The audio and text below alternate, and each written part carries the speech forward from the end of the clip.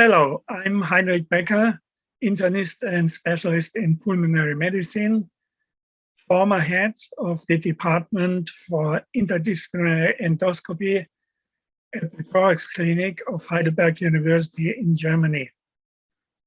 In our presentation, I will give hints how to understand X-rays to confirm the correct position of nasogastric tubes. The objectives of this presentation are finding anatomical landmarks on the X-rays and identify external devices to discriminate them from the feeding tube or some tubes. X-rays are the gold standard for the confirmation of feeding tube position, and reading must be performed by persons who are properly educated in interpreting these X-rays. And it's crucial that you understand the basics of X-rays to effectively do their job. This is the pathway of a nasogastric tube through the nose, via the pharynx, hypopharynx, via the esophagus down to the entrance of the stomach, the cardia, along the curvature of the stomach, through the exit of the stomach where there is the pylorus into the small intestines. One crucial point is that at the level of the hypopharynx, food passage and air passages are crossing, and easily, if not the epiglottis is closing the larynx, aspiration can take place of food into the airways. Usually in a awake patient, when he's swallowing, the epiglottis closes and the nasogastric tube easily follows the pathway down to the esophagus. However, in an unconscious patient or even in an intubated patient, misplacement can take place because the orotracheal tube can compress the dorsal wall of the trachea against the esophagus, and the esophagus is narrowed, and so easily a small nasogastric tube can pass besides the orotracheal tube into the airways. This is the anatomy, topographic anatomy further down. You see the esophagus passing adjacent and behind the trachea along the vertebral column down to the diaphragm and into the abdomen. At the level of the bifurcation, where right and left main bronchus are running to the lungs, the esophagus is leaving the trachea and is crossing this triangle. Here, this spur is called the carina between the two main bronchi. On the X-ray in this patient who aspirated contrast medium for esophagus barium swallow, you see the bifurcation of the trachea, right and left main bronchus, and you see how the esophagus is passing this triangle at the carina and slightly to the left, crossing behind the left main bronchus to the diaphragm and into the stomach. This frequently can be seen on a plain X-ray because the air inside the airways in the lung have a nice contrast against water density of solid organs like the heart, the liver, and so. So here you see the shadow of the trachea, right main, left main bronchus, carina, and you see the nasogastric tube, delined by A and B, running down to the diaphragm, below the diaphragm, into the stomach, and here you see the tip in correct position inside the stomach. Frequently, this is not so easily to be seen because of the poor quality of the X-ray in intensive care unit patients and the dense structures of the mediastinum. Here you see the orotracheal tube. You can hardly identify the nasogastric tube, but when you look closely, you see the tip of the tube, which is radio opaque, inside the right lung. This was missed by the radiologist who checked the X-ray, and the patient was fed into the lung, resulting in severe pneumonia and frequently in death. Besides the risk of feeding into the lung by malplacement of the nasogastric tube, another complication can occur when you push out the probe too far into the lung. The lung is covered with a thin layer of connective tissue that is adherent to the corresponding layer inside the thoracic wall. And by opening the thoracic wall passively, the lung inhales, and when you release the muscles, it exhales. The connection is achieved by a thin layer of water between those pleura. And as you know, when you have two pieces of glass and have water between, you cannot pull them apart like this, but they can slide along the fluid. And this is happening inside the thoracic cavity. The lungs are following, can slide this way and following the thorax for breathing. It is very easy to perforate this layer, the pleura, as seen here by taking biopsy specimens from the lung tissue with a bronchoscope. You have to avoid to go too close and penetrate. And as you see here, this nasogastric feeding tube has been placed too far, perforated the pleura, and here you have a beginning pneumothorax where air is leaking into the thoracic cavity. Here you see the perforation area. And the dangerous thing is that this leak can be open at inhalation, closed at expiration. So the thoracic cavity feels like a balloon and starts to compress the healthy side of the thorax, the organs, the heart, the lung. And this is very dangerous and have lethal complications. So immediately you have to place a drainage tube into the thoracic cavity to remove the air. Once the probe has passed the cardia, it has to follow the stomach to the pylorus, the exit of the stomach into the duodenum. And here you see on this barium contrast spiral how the stomach propulses the contrast medium by its contractions into the duodenum. So now I will give some hints to analyze how to interpret the X-rays to detect the correct tube placement. And again, never interpret an X-ray for the NG tube position when you're not trained to do so. For analyzing the correct position, you have to check whether you can identify the carina of the trachea. You can see the tube bisect the carina. You can identify the diaphragm and see the tube passing below. And which way does the tube pass below the diaphragm? And especially, which is frequently necessary, can you see the opaque tip of the tube? We talked about the carina. In this image, you can see the shadow of the trachea. You can see the right main bronchus.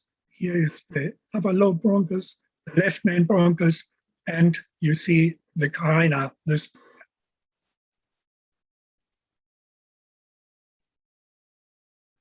probe has to pass the triangle under the carina. It can either deviate a little bit to the left, a little farther to the left, or even to the right, especially if the X-ray is taken in an oblique position. Now, as you are able to see the structures, I think you are able to see the trachea, you see the right main bronchus, the left main bronchus, and you see the nasogastric tube passing below the diaphragm. Here it is shown by these lines. In this image, you can see the orotracheal tube passing behind the shadow of the trachea down to the carina. But instead of going straight forward and crossing the triangle, it's following the shadow of the right main bronchus and extends right down to the right lower lung. This is the central vascular line in the upper vena cava. So this feeding tube should never be used. It should be removed and replaced. So sometimes the carina is unclear. And when you cannot identify the carina and see it passing, you have to check whether it's passing down the midline to the diaphragm, and when it's passing below the diaphragm, whether it crosses into the left to the stomach. Only if you can clarify this, you can feed the patient via the tube. In this patient, you see the tube following the trachea. Here is the bifurcation, the carina. It goes down beneath the diaphragm. It turns slightly to the left into the stomach. You see the tip of the tube overlaid by this ECG line. So you can use the tube for feeding. In this case, the tube can be followed crossing the carina, crossing down to the diaphragm, but you cannot see the tip of the tube, whether it's really in the correct position in the stomach. So you could try to forward it a little bit and see whether it takes the route to the left below the diaphragm, or you have to replace it. But don't feed if you don't clearly see the tip of the tube. In this case, you see the tube again behind the orotracheal tube, crossing the bifurcation, the carina, going to the diaphragm, but you cannot see the tip of the tube. So either you retract the tube a little bit to see it, or you take another X-ray a little bit further down to see the tip of the tube. In this case, you have several tubes, ECG lines, etc., an impedance probe in the esophagus, and you see a suction tube extending to the fornix of the stomach to empty the stomach, and you see the feeding tube going right through the stomach via the duodenum into the jejunum. So correct position, and patient can be fed via this tube. Here also you see the orotracheal tube in the trachea. You see the bifurcation. The nasogastric tube is crossing the bifurcation, going into the stomach, and the position is right inside the stomach. Here's the tip. It can be used for feeding. In this case, it's hard to follow the tube because it's overlapping with the vertebral column. And somehow it is lost and you don't see the tip of this tube. And it's not going to the side, to the left side below the diaphragm. In addition, when you look closely, you see that here and here you have a collapse of the lung, pneumothorax. So this is a certain sign that the tube is misplaced. In this case, the esophagus is perforated, and this causes the pneumothorax. You should never use a tube that is in a position like this. In this case, you don't even see the bifurcation, but you can follow the tube, and the tube is not below the diaphragm, but it is not followed to the left side. So this tube probably is in the left lower lobe and in the lung and should not be used. This case is a difficult case because there is a severe deformation of the vertebral column, severe scoliosis. So it's hard to see the exact anatomy, and especially not possible to localize the tip of the of the nasogastric feeding tube inside the stomach or the intestines. So it should not be used. There should be another X-ray, or the feeding tube should be removed. So these are the essential questions. Can you identify the whole tube and especially see the tip? Can you see the carina and does it tube bisect it? Can you see the diaphragm and see that it's passing below? If these questions are answered by yes, then the tube can be used for feeding. If you want further information, this is a nice reference where you can get more information for this topic.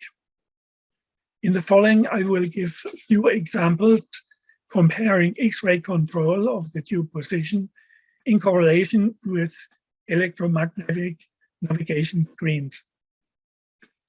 Here you see the nasogastric feeding tube crossing the carina, going below the diaphragm into the stomach, and probably the tip lying in front of the pylorus. And this is the nicely corresponding screenshot of the electromagnetic navigation. Again, here you cannot see the carina very clearly, but the nasogastric tube is going straight down below the diaphragm into the stomach and crosses the duodenum to the lower horizontal part of the duodenum. Frequently, after the placement of the nasogastric tube under electromagnetic navigation, in the gap between the placement and the X-ray control, the contractions of the intestines are propagating the probe further down. Here it's hard to see the bifurcation, but the nasogastric tube is going down below the diaphragm into the stomach and probably just entering the duodenum with a corresponding screenshot. This is clearly obvious. You see the nasogastric tube passing below the diaphragm into the stomach, over the pylorus into the descending duodenum. This is patient on intensive care after cardiac surgery with suture of the sternum after sternotomy. And here you see the corresponding screenshot. Here it's not so easy to follow the orotracheal tube. When you have a lot of lines overlaying, the best thing is to look for the radio-opaque tube. Here you see the radio-opaque tube. This patient is, this lady is a polytrauma patient with hip surgery and stabilization of the vertebral column. And here you can follow the nasogastric tube up through the stomach, the diaphragm, and the nicely corresponding screenshot. Another example, you don't see the bifurcation, but you see the tube, nasogastric feeding tube going straight down below the diaphragm, briefly crossing to the left and then going through the stomach. This is the bulb of the duodenum, and it's just entering the duodenum with a corresponding image. Although there are a lot of lines, the nasogastric tube can be easily seen. This is probably the level of the bifurcation, crossing the carina, going beneath the diaphragm, going through the stomach, through the descending duodenum into the lower horizontal part of the duodenum. In this case, you can follow the nasogastric feeding tube into the stomach. When you follow from the opaque tip of the probe, you see that the tube is making a loop. inside the stomach, but it's clearly inside the stomach and it can be used for feeding. Again, in this case, you cannot see the carina, but you can see the feeding tube crossing the diaphragm, going through the stomach into the duodenum, passing the inferior part of the duodenum, crossing over the trite ligament into the jejunum. So it's a perfect position for enteric nutrition. I hope with these examples and these explanations, you can become more of an expert interpreting the X-rays for control of the nasogastric feeding tube position, and by this prevent complications. Thank you for your attention.